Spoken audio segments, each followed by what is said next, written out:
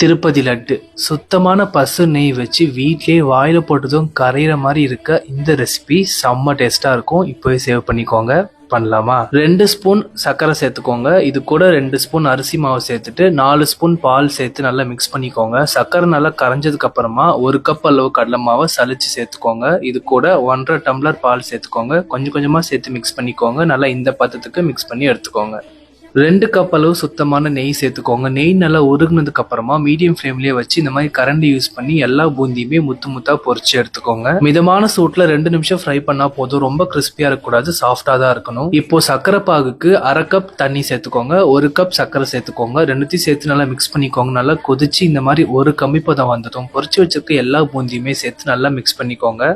10 நிமிஷம் அப்படியே விட்டுருங்க. பூந்தி சர்க்கரை பாகு நல்லா சோக் ஆனதுக்கு அப்புறமா மிக்ஸி ஜார்ல சேர்த்து இந்த மாதிரி பொடி பண்ணி எடுத்துக்கோங்க. இப்போ நெய்ல வறுத்த முந்திரி பருப்பு, திராட்சை, 2 டேபிள் ஸ்பூன் கல்கண்டு, ஒரு பிஞ்ச் அளவு பச்சை கற்பூரம் சேர்த்துக்கோங்க. பச்சை கற்பூரம் தான் நமக்கு அந்த கோவில் மணத்தை கொடுக்கும். இது கூடவே 4 ஏலக்காவை தட்டி சேர்த்துக்கோங்க. 4 டேபிள் ஸ்பூன் நெய்யை லைட்டா சூடு பண்ணி சேர்த்து நல்லா டைட்டா பிடிச்சி எடுத்தீங்கன்னா கம கமன் நெய் வாசத்தோட செம்ம டேஸ்டான திருப்பதி லட்டு ரெடி. கண்டிப்பா ட்ரை பண்ணுங்க. இந்த மாதிரி ஈஸி அண்ட் யம்மி ரெசிபிஸ்க்கு பிராவ்ஸ் கிச்சனை ஃபாலோ பண்ணிக்கோங்க.